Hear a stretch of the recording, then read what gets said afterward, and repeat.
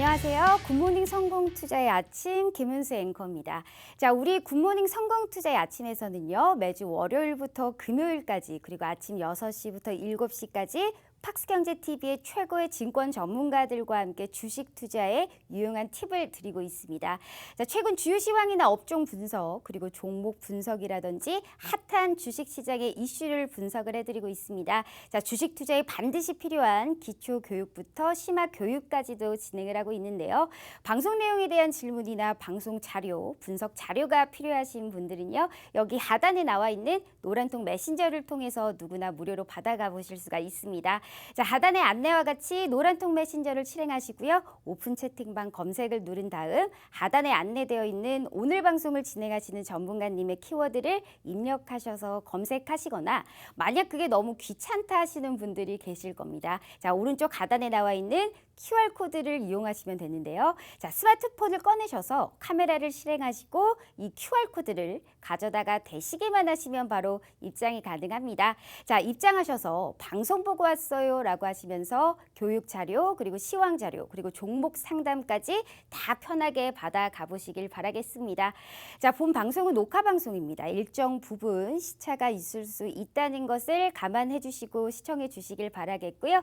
자, 우리 굿모닝 성공투자의 아침에서는 팍스경제TV의 전체 증권 전문가님들 중에 수익률이 가장 좋은 메인 간판 전문가님들만 나오고 있습니다. 자, 오로지 수익률 상위 랭크자들만 이 굿모닝 성공투자의 아침에 출연할 수가 있기 때문에 우리 시청자 여러분들께 많은 도움이 되실 거다라고 믿고 있습니다. 자, 그럼 오늘 방송을 해주실 우리 전문가님 바로 만나보러 가실까요?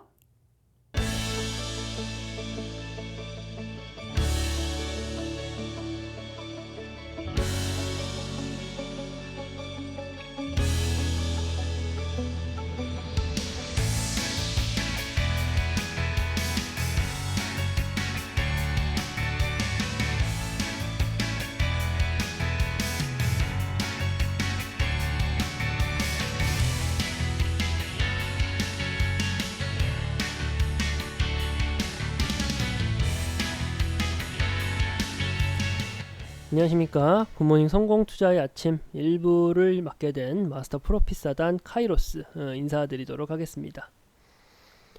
12월이라고 하기에는 너무 좀 따뜻한 날들이 좀 이어지고 있습니다.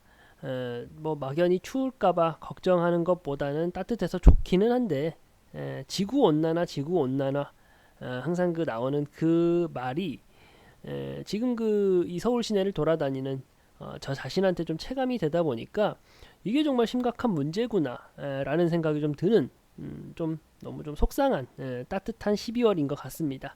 따뜻한 12월인 것 같고 이제 본론으로 돌아가서 오늘 방송은 이제 제가 항상 그래왔듯이 강세의 테마를 통해서 기회의 포착과 쟁취라는 주제로 1시간 방송 진행해 드릴 테니까 끝까지 집중을 하시고 많은 도움이 되셨으면 좋겠어요. 뭐 제가 마스터 프로핏사단 카이로스가 가장 잘하는 게 다소 어려울 수 있는 개념을 최대한 이해하시기 쉽게 풀어드리는 걸 정말 잘하니까 방송 시청하시면서 많은 도움 되셨으면 좋겠습니다.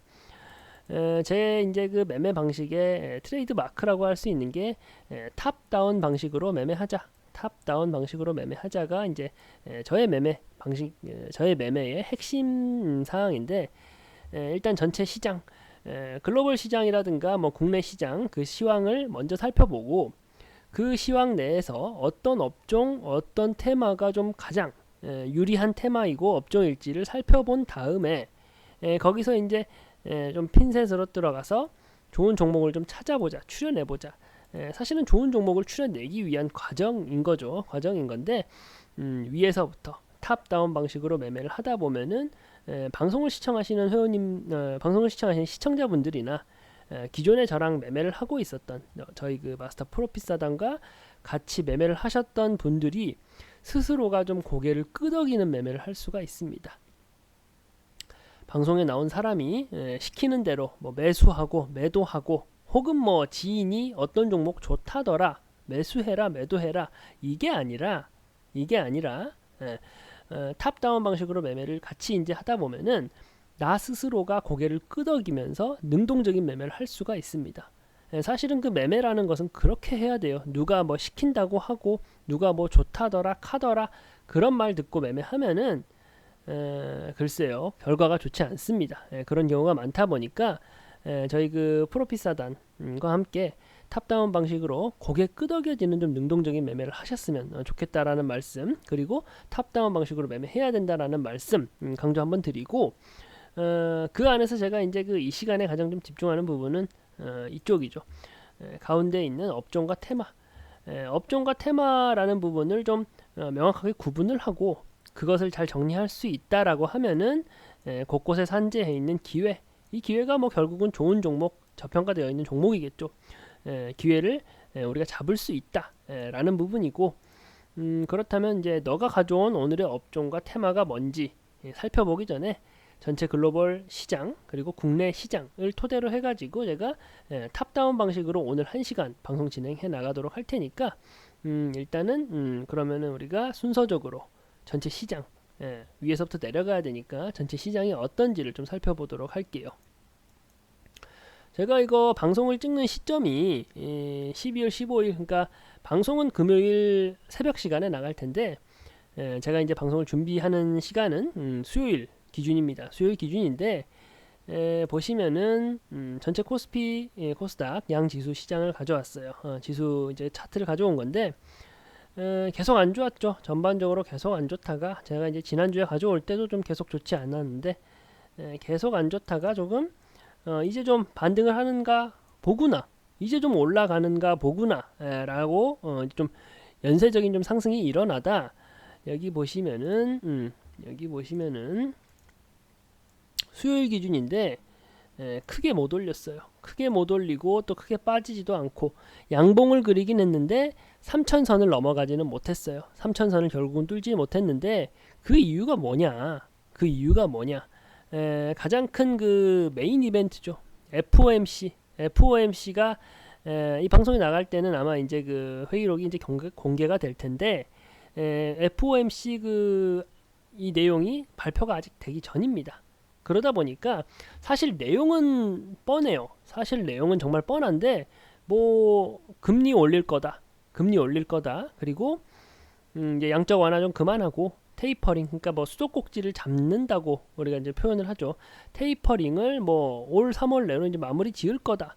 이 내용이 아마 발표가 될 겁니다. 좀 뻔한데 전체적인 이제 글로벌 관측이 그러니까 뻔하긴 한데, 하지만 우리 그 주식 시장이 가장 싫어하는 게 뭐죠?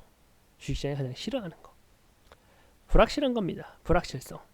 아직은 정확하게 발표된 게 아니다 보니까 이 불확실성 때문에 어떻게 지수가 올라갈 수가 없는 거예요. 올라가지도 내리지도 못하는. 근데 이제 다만 좀 오늘 장이 좀 좋다, 괜찮다, 그나마 괜찮다라고 표현할 수 있는 부분은 크게 흔들지는 않았어요. 거의 그 움직임의 변폭이 좀 미미한 상태였고, 또 당연히 이렇다 할 방향을 잡지 못하는 상황이었는데 사실은 그나마도 괜찮다라고 표현할 수 있을 것 같으세요. 장이 좀 너무 변폭이 심하면은 일반 그 개미들은 힘들고 대체적으로 외인하고 기관이 좀 팔자세가 강했습니다. 팔자세가 강했는데 어떻게 양봉을 띄우고 있냐? 삼성전자하고 SK 하이닉스는 지속적으로 매수를 했어요. 그러다 보니까 그 시총 1위하고 2위를 이제 다투고 있는 삼전하고 이제 SK 하이닉스를 지금 올려놓다 보니까 전체 지수는 좀 빠지지 않았다. 양봉을 좀 유지할 수 있었다라고 보시면 되시고, 그리고 이제 그 또 우리가 괄목해서 봐야 될 부분이 위드 코로나가 좀 일시적으로 좀 중단이 될 것 같습니다. 위드 코로나가 일시적으로 좀 중단이 될 것 같아요. 지금 뭐 기사 나오고 있는 게 오미크론 관련된 이슈로 인해서 좀 부담이 좀 늘어있는 상태였죠. 부담이 좀 늘어있는 상태여서 이거를 뭐 어떻게 굳은 의지로 계속 끌고 나가느냐, 아니면은 뭐 잠시 또 허리띠를 좀 졸라매느냐라는 그 말이 많이 있었는데 좀 결과가 나왔습니다. 위드 코로나를 잠시 중단하겠다라는 결과가 나왔고, 그로 인해서 이제 전체 시장 지수는 좀 좋지 않았지만 좀 개별적인 섹터로 뭐 코로나 섹터라든가 뭐 음악병실 그리고 이제 제약 관련주들이 약간의 좀 상승세를 보이는 장이었다. 그렇게 좀 마무리 지을 수 있을 것 같고, 그리고 이제 선물 지수에서도 마찬가지로 이제 외인이 좀 많이 팔자세가 나오는 모습을 보여줬다 보니까 일단은 앞에서도 말씀드렸던 FOMC가 어떻게 나오느냐 그 향방에 따라서 좀 시장이 좀 많이 좀 안정세를 다시 찾아갈 것 같고, 그리고 위드 코로나 같은 경우는 뭐 아주 일시적인 악재에 그치지 않을까라는 생각을 합니다. 일단은 뭐 백신 접종률이 굉장히 높아졌다 보니까 일시적인 중단이지 뭐 이전과 같이 좀 코로나 공포에 휩싸일 정도의 조치는 아니다 라고 생각을 해요. 라고 생각을 하고 시장도 그렇게 받아들이다 보니까 아주 큰 폭의 뭐 하락이라든가 큰 요동을 치는 모습을 보이지는 않았다 정도로 국내장을 좀 정리를 할 수가 있을 것 같고, 그리고 해외 이슈가 어떤 게 있었냐, 마찬가지죠. 뭐 FOMC는 뭐 국내장 그리고 뭐 미국장뿐만 아니라 전 세계 이제 그 금융시장에서 가장 지금 뭐 이슈로 떠오른 상태이다 보니까 아까도 앞에서도 말씀을 드렸어요. 뻔한 이벤트예요. 좀 남아 있는 게 금리 올릴 거다. 금리 올릴 거고 뭐 테이퍼링 관련된 이슈를 이제 한 3월 중으로 마무리를 지을 거다 라는 부분이 아마 내일 발표가 될 텐데, 거기에 대한 그 경계감, 긴축의 정도가 어느 정도 될 것이냐에 대한 불확실성이 좀 있다 보니 뭐 국내장도 좀 회복이 실패되었고, 뭐 미장도 마찬가지죠. 뭐 크게 뻗거나 하는 일이 없습니다. 지금 좀 뭐 국내든 해외든 좀 모든 자본들이 시장에 참여 주체들이 좀 관망세를 좀 띠고 있는 상황이다 라는 점이고, 그리고 이제 또 재밌는 게 골드만삭스에서 지금 이제 그 중국 주식을 좀 줍줍 좀 가벼운 표현인데 중국 주식을 뭐 쉬운 말로 좀 담아야 하는 좋은 시기다라고 지금 좀 리포트를 냈는데, 이게 이제 미중 그 글로벌 그 좀 미국하고 중국하고 이제 서로 좀 뭐 이빨을 좀 들이대는 그런 좀 날을 좀 세우고 있는 상황이 지속되고 있는 상황이었는데, 지금 뭐 지금 그 금리를 올리는 이슈가 있다 보니까 바이든 대통령이 그 중국을 계속적으로 압박하기가 좀 어려운 상황입니다. 트럼프 대통령은 좀 뭐랄까요, 어디로 튈지 모르는 행동을 했다 보니까 뭐 여론보다도 좀 중국을 압박하는데 좀 집중을 했었다라고 한다면은 지금 전체적인 이제 시장의 흐름을 봤을 때 바이든 대통령이 중국을 계속적으로 압박하기가 좀 어려운 상황이에요. 어려운 상황이다 보니까 중국에 대한 좀 뭐 어느 정도 완만한 합의가 이루어지면서 중국 시장에 대한 좀 긴장을 좀 완화시킬 가능성이 높다라고 지금 전망을 하고 있는 거고요. 이런 전망, 이런 그 리포트가 나오고 있다라는 것은 사실 국내장에는 굉장히 호조가 되는 이슈입니다. 미국과 중국 사이에 껴가지고 지금 뭐 이러지도 뭐 정치적으로든 경제적으로든 좀 어려운 상황에 직면할 수 있었던 부분인데, 이 부분에 대해서 어느 정도 이슈가 해소될 수 있다라는 부분은 국내장에는 좀 좋은 호조다, 좋은 소스이다, 좋은 재료이다라고 해석할 수 있을 것 같고, 그리고 이제 WHO에서 오미크론 변이 중 전파 속도가 좀 가장 빠르다라는 이제 의견도 나왔는데, 이 오미크론이 참 말이 많아요. 오미크론이 참 말이 많은데 이게 뭐 별거 아닌 바이러스로 끝날 것이다, 혹은 뭐 기존의 이제 변이 바이러스 못지않게 뭐 전파도 빠르고 좀 우리가 긴장감 있게 지켜봐야 된다라는 의견도 있어요. 두 의견이 이제 교차하긴 하지만, 그리고 이제 조금 더 시간이 지나봐야 조금 더 정확해지기는 할 겁니다만, 다만 지금 뭐 이전과의 좀 차이점이 있다라고 한다면은 백신 접종률이 70% 80%까지 올라왔죠. 백신 접종률이 70% 80%까지 올라왔고, 그리고 이제 뭐 선진국 쪽, 뭐 미국이라든가 유럽 쪽, 그리고 뭐 국내라든가 일본 같은 경우도 백신 접종률이 굉장히 높고, 그리고 이제 그 화이자에서 백신 그 오미크론에 이제 좋은 성적을 내고 있는 치료제가 이제 개발됐다라는 이슈도 있습니다. 그러니까 이제 이게 일단은 퍼진다 하더라도 백신에 대한 접종률이 굉장히 높다 보니까, 예방률이 높다 보니까 가볍게 지나갈 확률이 또 높고, 그리고 또 저희가 이제 또 괄목해서 봐야 될 부분이 선진국에서 이제 백신 접종률이 좀 굉장히 높아졌습니다. 그러다 보니까 자연스럽게 이제 잔여 백신들, 그리고 이제 차선이 될 수 있었던 동남아라든가 뭐 남미, 그리고 이제 아프리카 쪽으로도 배급이 될 겁니다. 그렇게 되면은 전 세계 이제 그 코로나 바이러스, 오미크론 바이러스에 대해서 전 세계적인 뭐랄까요, 이제 백신 효과가 이제 생겨나게 되는 거죠. 이게 또 뭘 의미하냐? 글로벌 그 밸류 체인이라고도 보면 되시는데, 남미 같은 경우는 모든 그 생산품에 원재료를 제공을 합니다. 원재료를 제공을 하고, 동남아 같은 경우는 생산 공장이라고 생각하시면 되시는데, 지금 코로나 사태로 인해서 동남아 쪽의 생산 공장이 지금 거의 좀 가동이 힘든 상태가 되었고, 그리고 남미 쪽, 남아메리카 쪽에 원재료 수급이 원활하게 공급되지 않은 상황이 생겼죠. 그러다 보니까 이제 산업의 밸류 체인이 전체적으로 망가졌던 겁니다. 공급망이 완전 망가졌던 건데, 지금 뭐 백신이 이렇게 이제 전 세계적으로 이제 퍼지고 있으면서 이 바이러스를 이겨내면은 이제 추후 그 이전 바이러스 이전의 생산과 소비가 이루어질 가능성이 높다라고 우리는 자연스럽게 해석할 수가 있는 거죠. 그런 부분도 우리가 체크를 해야 돼요.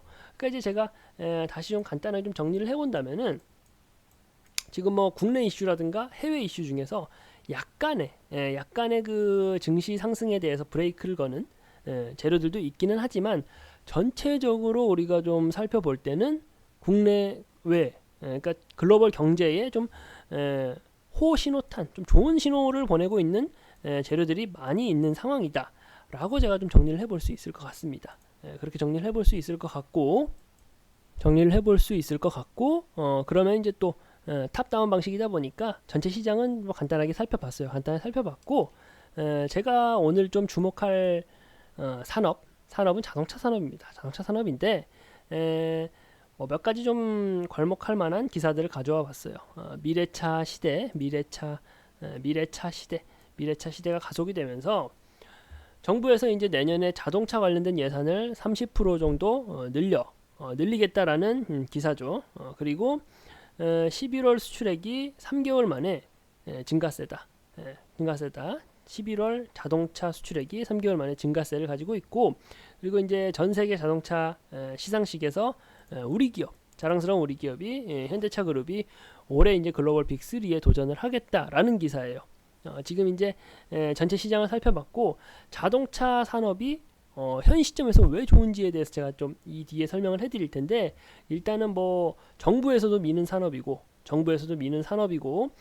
코로나 사태로 인해서 좀 전반적인 매출이 좀 감소되었던 부분이 있었는데, 그 부분 다 회복하고 최고로 좋은 상태가 되고 있다. 매출이 지금 사상 최대치를 찍었다라는 기사, 그리고 전 세계에서 이제 그 글로벌 이미지 개선에도 굉장히 도움이 되고 있다라는 기사를 가져와 봤습니다.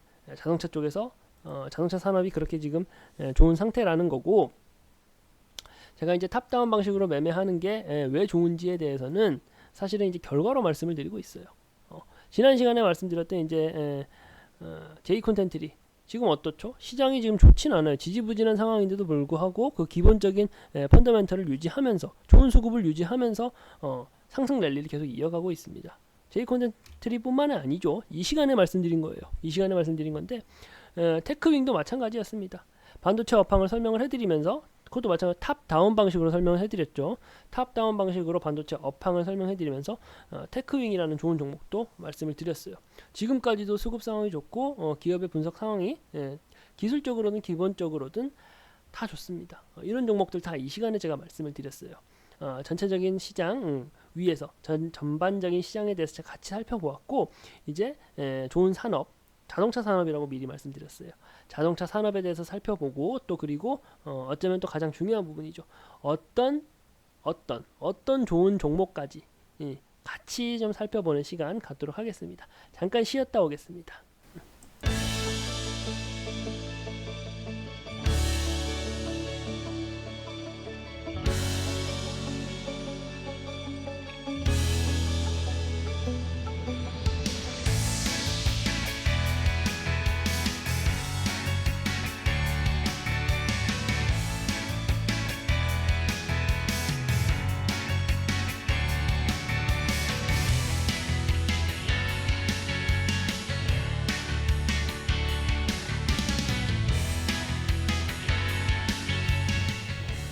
자, 자동차 산업에 대해서 제가 좀 간단하게 먼저 설명을 드리고 진행을 하도록 하겠습니다. 일단 자동차의 종류가 어떻게 되느냐라고 했을 때, 현재 같은 경우는 이제 뭐 내연기관 자동차, 그리고 이제 전기차, 수소전기차, 이렇게 세 가지로 제가 나눠봤는데, 내연기관 차라는 것은 뭐 다들 아실 거예요. 뭐 일반적으로 우리가 생각하는 자동차입니다. 휘발유 그리고 디젤, LPG를 이제 연료로 사용하는 자동차. 그러니까 화석 연료를 연료로 사용하는 자동차를 내연기관 자동차라고 하고, 대표적인 기업은 포드. 지금 뭐 폭스바겐 그룹이 가장 사실은 크기는 큽니다만, 포드 자동차가 좀 자동차 산업에 있어서는 좀 시초가 되는 기업이죠. 자동차를 처음 만들어내고 그 이동수단으로서의 기능을 하던 마차를 좀 몰아내고 자동차 산업이라는 것을 좀 만들어낸 시발점이 됐던 기업이 포드다 보니까 포드라는 기업을 제가 가져와 봤고, 내연기관 자동차는 그러니까 화석 연료로 사용하는 자동차, 우리가 생각하는 뭐 일반적인 자동차를 내연기관 자동차라고 생각하시면 되시고, 다른 또 종류로는 지금 뭐 가장 좀 일상에 가까이 다가와 있는 차이긴 하죠. 전기차. 말 그대로 전기를 연료로 사용하는 자동차이고, 대표적인 기업은 테슬라. 뭐 CEO부터 그 기업까지도 굉장히 그 톡톡 튀고 전 세계 그 글로벌 그 금융 이슈의 중심에 서 있는 기업이죠. 테슬라가 이제 전기차 분야에서는 테슬라를 좀 들 수가 있을 것 같고, 수소 전기차 같은 경우는 이제 말 그대로요. 정말 쉬워요. 수소를 연료로 하는 자동차를 수소 전기차라고 얘기를 합니다. 수소를 연료로 해가지고 사실은 뭐 전력을 생산을 하는 자동차를 수소 전기차라고 하고, 그러다 보니까 이제 수소 전기차라고 부르는 겁니다. 수소를 활용해서 전력을 만들어내고 그 전력을 동력으로 하는 자동차를 수소 전기차라고 하는데, 여기에는 이제 우리 현대차가 글로벌 1등 기업입니다. 현대차가 글로벌 1등 기업이에요. 지금 뭐 바짝 쫓아오고 있는 게 일본의 도요타. 우리가 앞섰습니다. 일본의 도요타가 이제 쫓아오고 있긴 한데, 도요타 그룹이 지금 현재 글로벌 1등 기업은 현대자동차입니다. 지금 이제 자동차 종류는 이렇게 세 가지로 나눠볼 수가 있는데, 기존의 내연기관 차를 잘 타고 다니다가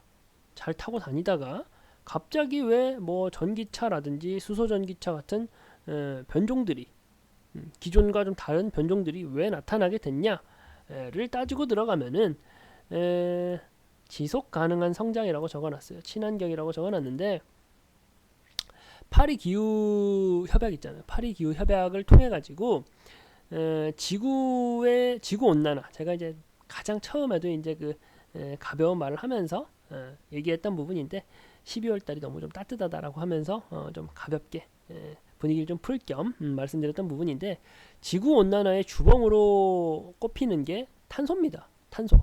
그래서 뭐 탄소 배출권을 제한을 하니 어쩌니 최근에 이제 이슈가 되었던 거는 뭐 석탄 사용을 금지하자라는 뭐 법안이 좀 잘 안 됐죠. 중국이나 뭐 인도 같은 국가들이 좀 반대를 해가지고 잘 안 됐었는데, 그런 부분들이 다 이제 그 지구 온난화를 좀 억제해보자, 좀 막아보자라는 취지에서 탄소 배출을 좀 제한하자라는 의미에서 지금 뭐 세계적으로 움직임이 있는 건데, 이 탄소 배출의 그 14% 꽤 큰 영역을 차지하는 게 이동수단, 자동차라는 거예요.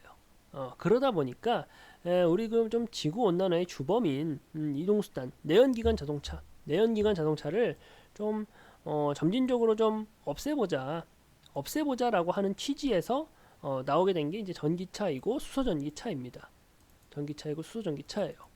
그러니까 글로벌적으로 뭐랄까 이렇게 우리가 장려하는 산업인 거죠. 장려하는 산업이 된 거고, 그러다 보니까 시장의 성장성이 굉장히 빠릅니다. 굉장히 빠르고 어마무시해요.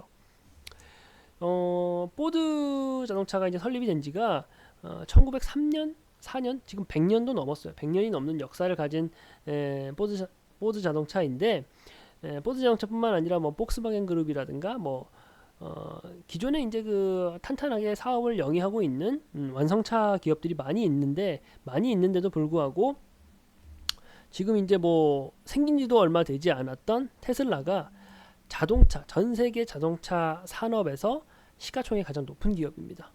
가장 높은 기업이고, 또 전 세계 그 시가총액이 높은 자동차 회사 10개 기업 중에서 테슬라를 포함해서 뭐 리비안이라든가 지금 뭐 전기차를 만들겠다 하는 기업들이 4가지나 들어가 있어요. 4가지나. 뭐 현대차보다도 더 지금 뭐 차량 자체를 만든 적이 없는, 아직 뭐 출판되지도 않았던 지금 뭐 차량 판매 매출이 아예 없는 뭐 리비안이라든가 뭐 루시드 같은 기업이 현대차보다 더 시가총액이 높습니다. 이게 이제 뭐 거품이냐 아니냐라는 말도 있지만 어쨌든 전기차 시장이 지금 엄청나게 커지고 있다.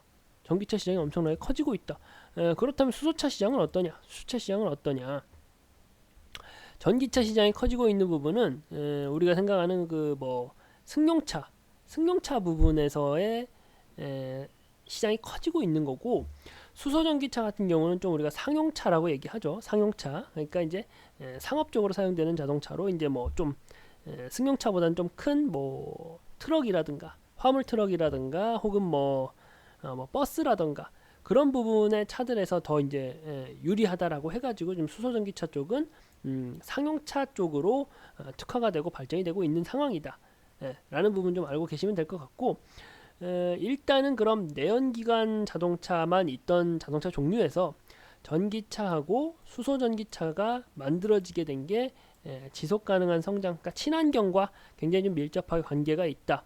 뭐 글로벌적으로 가장 그 우리가 주목해야 될 테마이죠. 친환경, 지속 가능한 성장. 뭐 이걸로 인해서 뭐 다양하게 파생되는 산업들이 있고 우리가 주목해야 되는데, 뭐 어쨌든 자동차 산업 또한도 마찬가지다. 그래서 전기차와 수소 전기차 시장이 굉장히 넓어지고 있다, 커지고 있다. 그리고 또 이제 두 번째로 나오는 게 저비용 고효율. 전기차라든가 수소 전기차가 내연기관 자동차보다도 좀 적은 비용으로 높은 효율을 낼 수가 있습니다. 뭐 연비라든지 혹은 뭐 자동차의 순수한 그 성능이라든지 그런 부분에서 내연기관 차가 사실은 따라올 수가 없어요.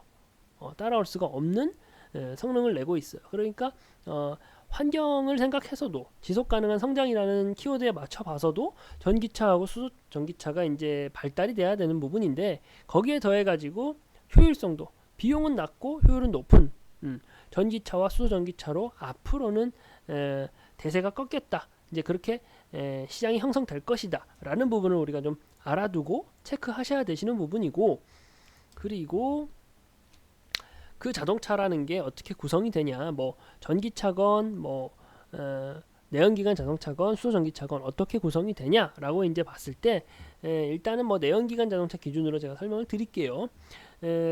우리가 이제 밖에서 볼 수 있는 차량의 그 외관을 우리는 차체라고 부르고, 차체뿐만 아니라 이제 그 안에 차체 내부를 구성하는 것을 우리가 세시라고 불러요. 세시라고 부르는데, 뭐 프레임이라든가 엔진이라든가 그리고 이제 뭐 동력 전달 장치라고 얘기할 수 있는 뭐 클러치, 변속기라든가 그리고 뭐 방향을 트는 조향 장치라든가 뭐 브레이크, 제동 장치라든가 이런 부분들을 우리가 세시라고 불러요. 차체 전체를 덮고 있고 그 차체를 제외한 기타 구성 요소들이 세시이고, 거기에 더해 가지고 뭐 공조 장치라든가 뭐 전자장치 같은 게 한데 어우러져 가지고 자동차라는 게 만들어지는 겁니다. 자동차라는 게 만들어지고, 뭐 제가 설명을 안 드려도 알겠지만 뭐 정확하게 뭐 어떤 부품 어떻게 되어 있는지까지는 몰라도 굉장히 다양한 부품들이 모여서 이제 그 첨단 기술로 모여가지고 조립되고 만들어진 게 자동차라는 거는 다들 아시잖아요. 자동차라는 게 뭐 차종에 따라서 좀 차이가 있을 수 있겠지만 2만여 개의 부품으로 조립을 하고 생산을 해가지고 대략 이제 국내 기준입니다. 국내 기준으로 이제 180만 개의 일자리를 창출하는 주력 산업입니다. 주력 산업. 국내에서뿐만 아니라 전 세계적인 흐름에서도 그렇고 전체 시장, 전 세계 산업에서 자동차 산업이 가장 큰 산업이다라고 말해도 될 정도로 큰 산업입니다. 자동차 산업이라는 게 국내뿐만 아니라 글로벌적으로도 가장 큰 산업에 속하는 게 자동차 산업이에요. 전기차나 수소 전기차로 이제 앞으로 대세 흐름이 바뀌게 된다라고 하면은 이 여러 개의 부품, 그 중에서 우리가 좀 주목해서 봐야 될 게 클러치하고 변속기, 그러니까 이제 동력을 전달하는 장치, 그리고 엔진, 이 부분이 없어지는 거예요. 전기차 같은 경우는 배터리로, 수소 전기차 같은 경우는 수소 발전기로 대체가 되는 겁니다. 그러면은 어떻게 했어요? 우리가 당연히 생각해 봐야 되는 게, 엔진이나 클러치, 변속기를 만드는 기업 같은 경우는 다른 방법, 다른 그 살아남을 방법을 모색을 하지 않고서는 굉장히 그 업황이, 그 기업의 상황이 좋지 않아질 수 있겠다라는 부분도 우리가 체크해야겠죠. 그리고 기존에 이제 내연기관 자동차와 협업을 했던 부품, 자동차 부품 업체라든가 자동차 장비 업체들 같은 경우가 어떻게 수소차라든가 전기차 회사와 협업 관계를 다시 이룰 수가 없다면, 뭐 쉬운 말로 수주를 따낼 수가 없다면은 그 기업의 상황도 좋아지지 않는 거죠. 어려워질 수 있다라는 부분, 이런 부분까지도 자연스럽게 우리가 생각할 수 있어야 됩니다. 자연스럽게 생각할 수 있어야 되시고, 자연스럽게 생각하실 수 있어야 하시고, 자동차 산업이라는 게 얼마나 큰 산업이고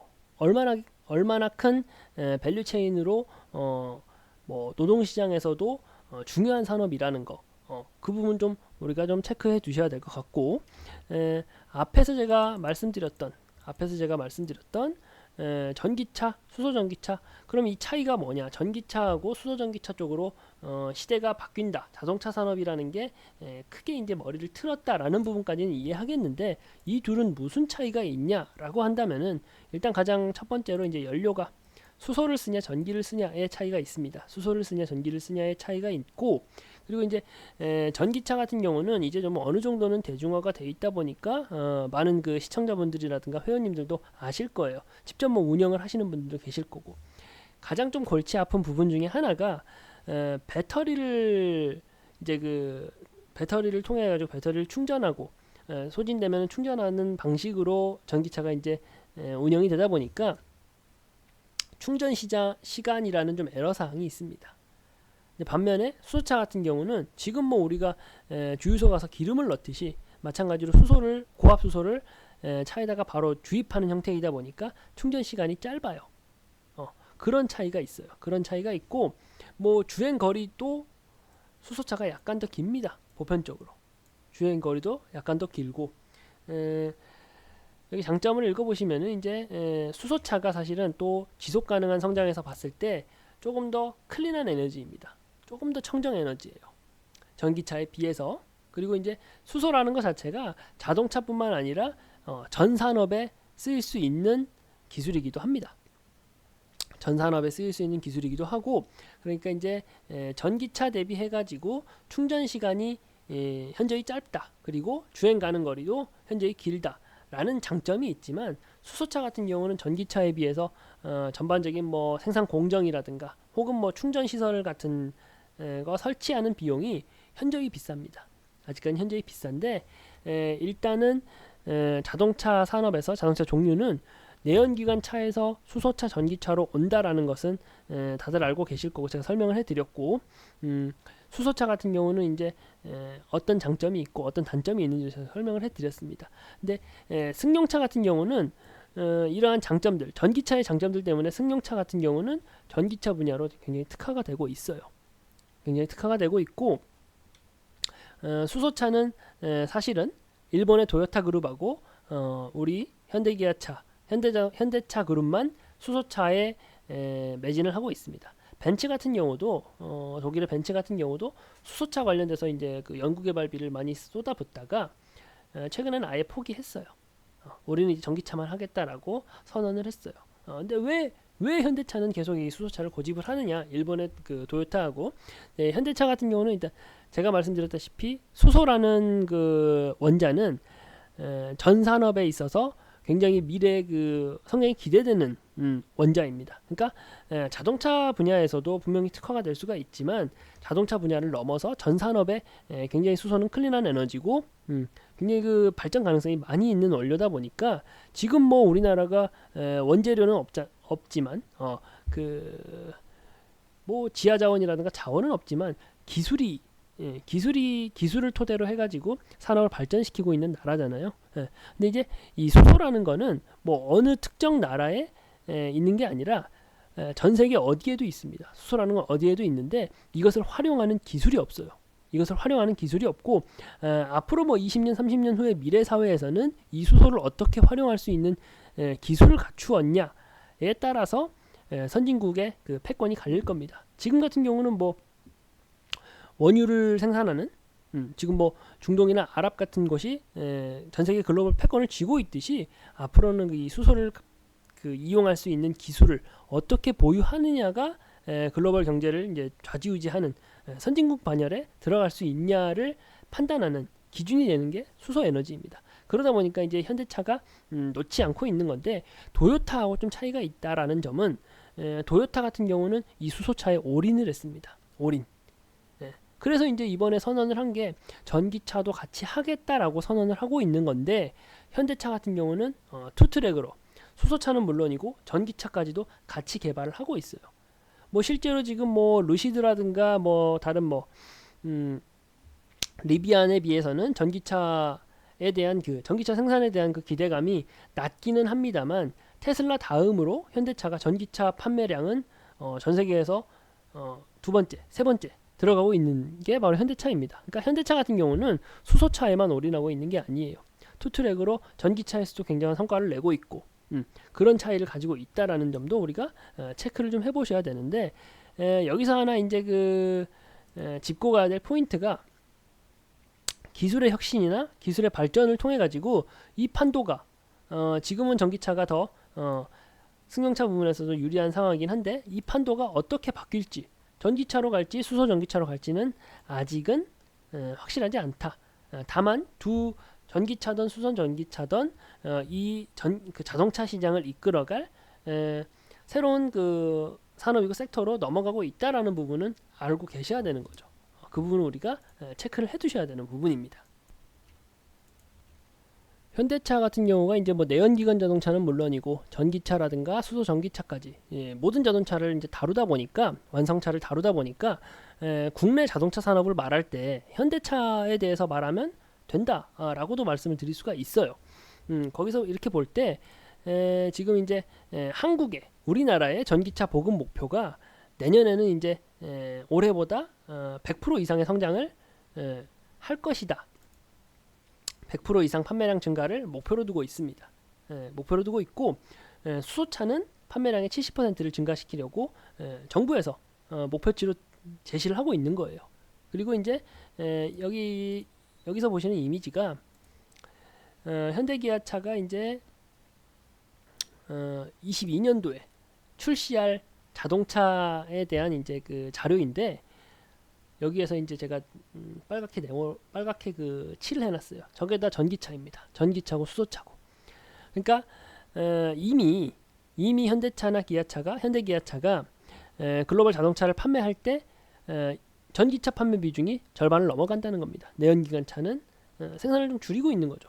전기차 분야로 계속 발전을 하고 있는 거예요. 그만큼 어떻다? 전기차 쪽으로의 우리 자동차 산업이 좀 많이 기울어져 있다. 그러니까 그쪽을 발전시키고 있는 상황이다. 여기 같은 게 아까 제가 말씀드렸던 수소 화물차. 전 세계적으로는 이 전기차 시장이 5년 동안 50%가 증가를 했습니다. 그러니까 보조금이라는 걸 우리가 지급을 해주잖아요, 정부에서. 그게 이제 그 정부에서도 이제 그 전기차를 사라라고 이제 장려를 하는 건데 스마트폰 시장이 매년 이제 그 2배씩 증가를 했습니다. 2배씩 증가를 하면서 몇 년 되지 않아 가지고 전 국민들한테 보급이 됐었죠. 지금 전기차 산업 쪽으로의 정부의 그 의지가 보조금 같은 걸 봐도 나오는 거예요. 그러니까 국내에서도 전기차 보급이 계속 확대될 예정이다. 국내뿐만 아니라 해외도 마찬가지다. 그러니까 전 세계적으로 자동차 산업이 지금 내연기관 차에서 전기차, 수소차로 바뀌어가고 있는 추세이다. 유럽 같은 경우는 2030년 이후로는 내연기관 차를 신차 판매를 하지 않겠다라고 선언을 했어요. 그리고 동아시아, 중국이라든가 일본 같은 경우는 35년 이후로는 내연기관 차를 아예 신차로 출고 자체를 하지 않겠다라고 선언을 한 상황입니다. 그러니까 자동차 산업이 전기차나 수소 전기차로 가고 있다. 라는 부분 제가 계속 강조해드리고 있어요. 계속 강조해드리고 있는 거고 계속 강조를 해드렸고, 이제 수소 전기차가 이제 많은 부분 자율주행이라든가 신재생 에너지, 2차 전지, 반도체, IT, 그러니까 현재 가장 우리가 주목해야 될 모든 산업과 연계가 된다라는 거죠. 연계가 된다라는 거고, 지금은 이제 어느 한 산업이 그 산업 내부에서만 국한되는 게 아니에요. 다른 산업과의 연계. 수소 전기차는 2차 전지라든가 반도체, IT, 뭐 자율주행, 신재생 에너지라는 지금 시장에서 가장 뜨겁게 살펴보는 재료들이 다 들어가 있는 산업이다. 우리가 가장 주목해야 되는, 현 시점에서 가장 주목해야 되는 산업이 자동차 산업이다. 그러니까 산업 중에 하나가 자동차 산업이다라고 강조할 수 있는 부분인 거죠. 우리가 이 부분 분명히 체크를 해 두셔야 되는 겁니다.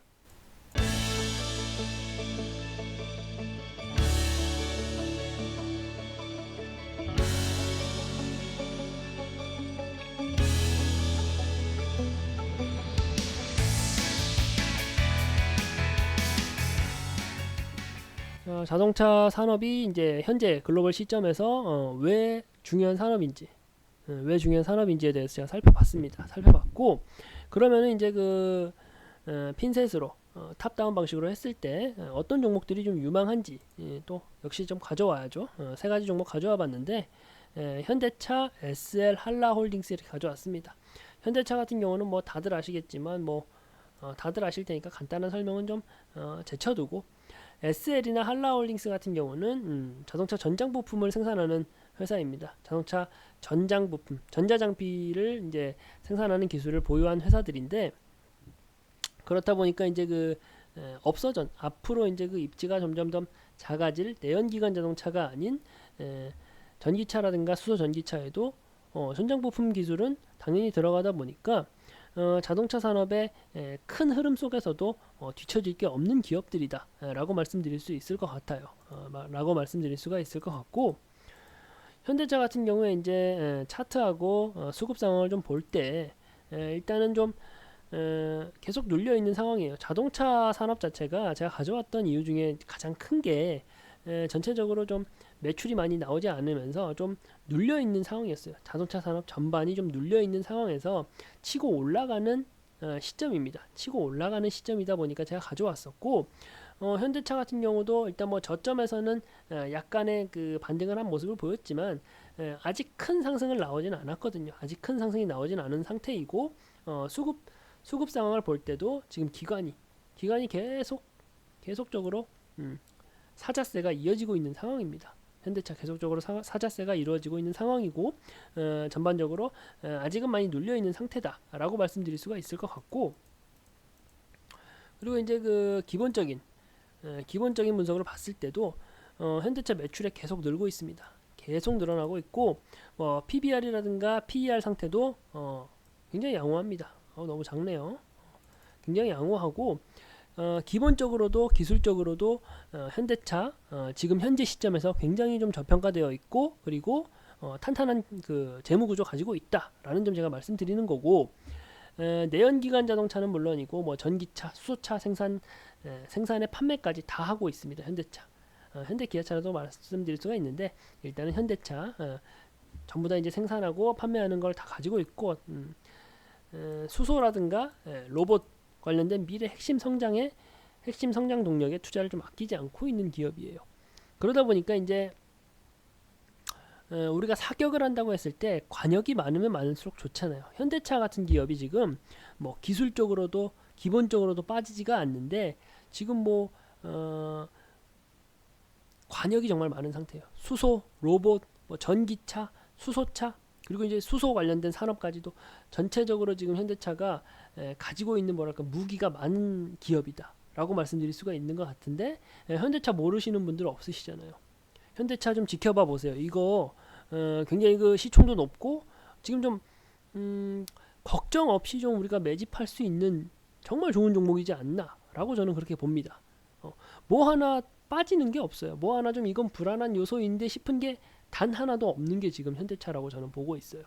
그래서 현대차 가져와 봤고, 그리고 SL이라는 회사, 마찬가지로 전장 부품 만드는 회사라고 했었는데, 여기는 이제 차트적 기술적으로 봐도 지금 엄청나게 눌려 있어요. 엄청나게 눌려 있는 모습 볼 수가 있고 거래량 계속 살아 있습니다. 거래량 계속 살아 있는데 지금 계속 저평가되고 있다라는 부분 강조해드리고 수급상이 얼마나 좋아요. 수급상도 좋아요. 수급상도 좋고 그리고 바로 다음에 볼 재무적인 부분도 지금 매출액도 계속 당기순이익도 계속 올라가는 추세이고 그리고 마찬가지로 PBR하고 퍼도 좋게 나오고 있는 상태이고 재무 건전성이 굉장히 뛰어난 회사입니다. 제가 지금 오늘 가져온 세 종목 전부 다 재무 건전성이 정말 뛰어나요. 정말 뛰어나고 수급상도 정말 좋습니다. 그래서 가져왔고 전장 부품이라 그래가지고 이제 뭐 전기차라든가 수소 전기차 모두에 들어가는 기술들이죠. 뭐 LED 헤드램프라든가 뭐 어라운드 뷰 뭐 위에서 사진을 찍고 있는 것 같은 영상을 찍고 있는 것 같이 카메라에 보이는 거죠. 차량 내부에 있는 카메라에 보이는 거고 뭐 그런 어라운드 뷰 그리고 이제 전방 표시 장치라든가 뭐 차량용 무선 충전기 등의 이제 전자장비 차량에 들어간 전자장비를 만드는 회사입니다. 지금 뭐 마찬가지예요. 계속 설명드리고 있는 게 재무적인 상태도 좋고 기술적인 상태 그리고 이제 수급 상태 모두 다 좋은 종목들입니다. 모두 다 좋은 종목들 모두 다 저평가되어 있는 종목들이에요. 그리고 한라홀딩스도 마찬가지예요. 지금 뭐 한라홀딩스 같은 경우는 약간 뭐 시세가 나왔다라고도 볼 수가 있는데 아직 10%도 조차 안 올라갔어요. 그리고 좀 눌려 있는 상황이다 보니까 한라홀딩스도 주목해서 보셔야 되십니다. 그리고 수급 상황 역시나 굉장히 좋고 특히나 금융 투자가 많죠. 금융 투자 수급이 많다 보니까 좀 단기간에 좀 성과를 낼 수 있는 좀 짧게 봐도 되는 종목이 지금 한라홀딩스라고 보시면 되십니다. 한라홀딩스라고 보시면 되시고 재무 상태 뭐 구태여 말씀드리지 않을게요. 영업실적 좋고 PBR 좋고 PER 좋고 지금 굉장히 재무 상태 건전합니다. 건전하고 마찬가지로 전장 장비인 뭐 ABS라든가 ESC 그리고 뭐 주차 시스템 뭐 이런 부분들을 다루는 거예요. 그러니까 자동차 산업이 좋고 전기차, 수소차 모두에 들어갈 수 있는 전장 장비를 하고 있는 회사 한라홀딩스 그리고 SL 그리고 완성차 회사인 뭐 현대차까지 제가 지금 권해드리는 종목들이에요. 자동차 종목에서 지금 굉장히 유망하게 봐야 될 종목들이고 해당 종목들 앞으로 그 진행되는 사항들은 제가 노란톡 저희 국민톡방에서 알려드릴 거예요. 노란톡 국민톡방에서 알려드릴 거고 지금 뭐 저희 그 마스터 프로핏 사단 같은 경우가 지금 탑다운 방식으로 제가 설명을 해드리는 것처럼 조금 회원님들한테 일방적으로 그냥 막 뭐 매수하십시오 라고 말씀드리지 않습니다.